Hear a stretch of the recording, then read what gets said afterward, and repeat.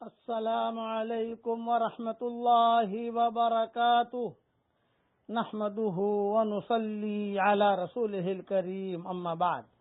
آج کا سبق سن لیجئے۔ آج کے سبق کی سرخی ہے حضور صلی اللہ علیہ وسلم کی سیرت، پارٹ نمبر 117۔ اب طائف والوں نے تو داخل ہونے نہیں دیا، وہاں سے واپس ہوئے حضور صلی اللہ علیہ وسلم۔ اب ایک مسئلہ اڑنگا یہ کھڑا ہوا کہ طائف والوں نے داخل ہونے نہیں دیا اور مکہ والوں نے کہہ دیا کہ ہم بھی داخل ہونے نہیں دیں گے۔ اب آپ صلی اللہ علیہ وسلم بیچ میں رہے۔ طائف والوں نے ویزا نہیں دیا، مکہ والوں نے ویزا کینسل کر دیا۔ حضرت سودا مکہ میں تھی، بچیاں مکہ میں تھی۔ مکہ والوں نے کہا کہ آپ نکل گئے ہو، اب ہمارے شہر میں آنا مت۔ تو وہاں واپسی میں حضور صلی اللہ علیہ وسلم نے چند روز مقام نخلا میں قیام کیا۔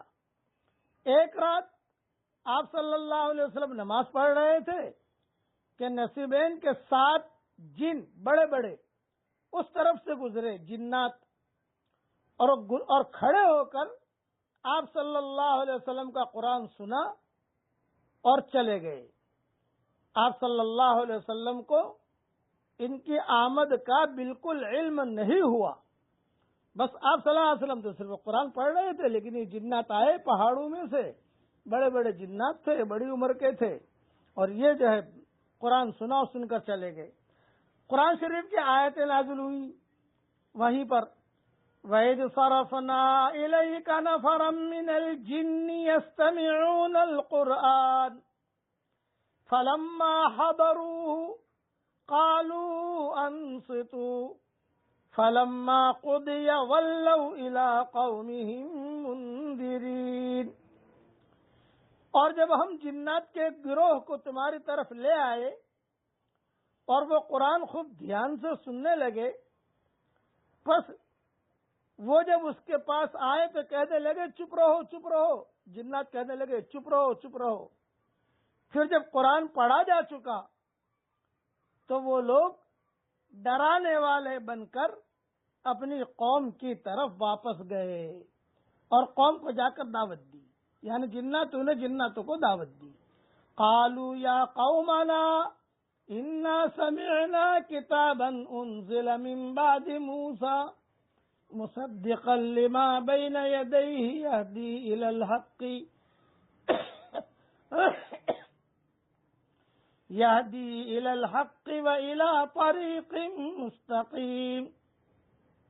انہوں نے کہا کہ ہماری قوم، ہم نے ایک کتاب سنی ہے جو موسیٰ کے بعد اتاری گئی ہے، اور ان پیشن گوئیوں کی تصدیق کرتی ہوئی جو اس کے پہلے سے موجود ہیں، اور وہ حق کی طرف اور ایک سیدھے راستے کی طرف رہنمائی کرتی ہے۔ یا قومنا اجیبوا داعی اللہ وآمنوا به یغفر لکم من ذنوبکم ویجرکم من عذاب علیم۔ اے ہماری قوم، اللہ کی طرف بلانے والے کی دعوت قبول کر لو اور اس پر ایمان لے آؤ۔ یعنی جنات قرآن سن کر اپنی قوم کو اللہ کی طرف بلا رہے ہیں۔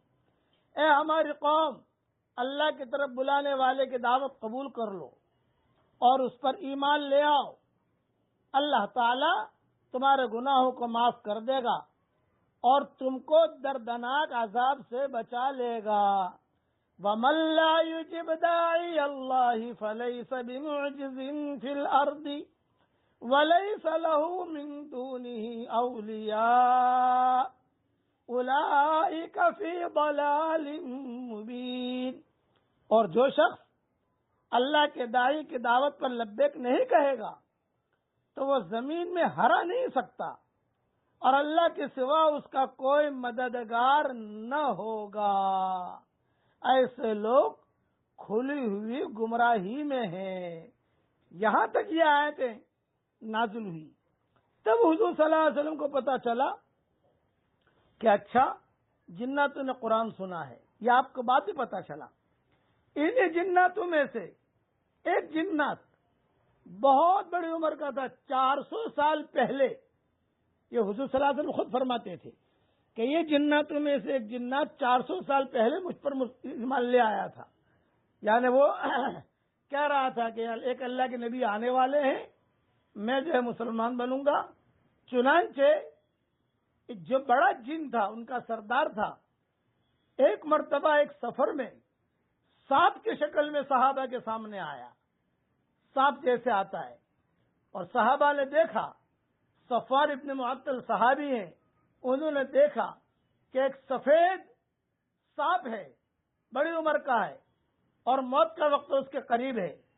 تو صفوان ابن معطل نے صحابہ سے کہا کہ بھی میں اسے دفن کر کے آؤں گا، مجھے لگتا ہے کہ یہ جن ہے. چنانچہ اس کا انتقال ہوا، اور انتقال ہونے کے بعد اس کے لیے قبر کھودی، اس کو غسل وغیرہ دیا، اس کفن پہنایا، اور اس کو جو ہے وہ سانپ کو دفن کیا. دفن کر کے واپس آ رہی تھی یہ جماعت، تو 4 عورتیں آئیں جناتوں کی، اور انہوں نے کہا کہ کس کو تم نے دفن کیا معلوم ہے؟ بقیہ تفصیل کل پوری کروں گا انشاءاللہ.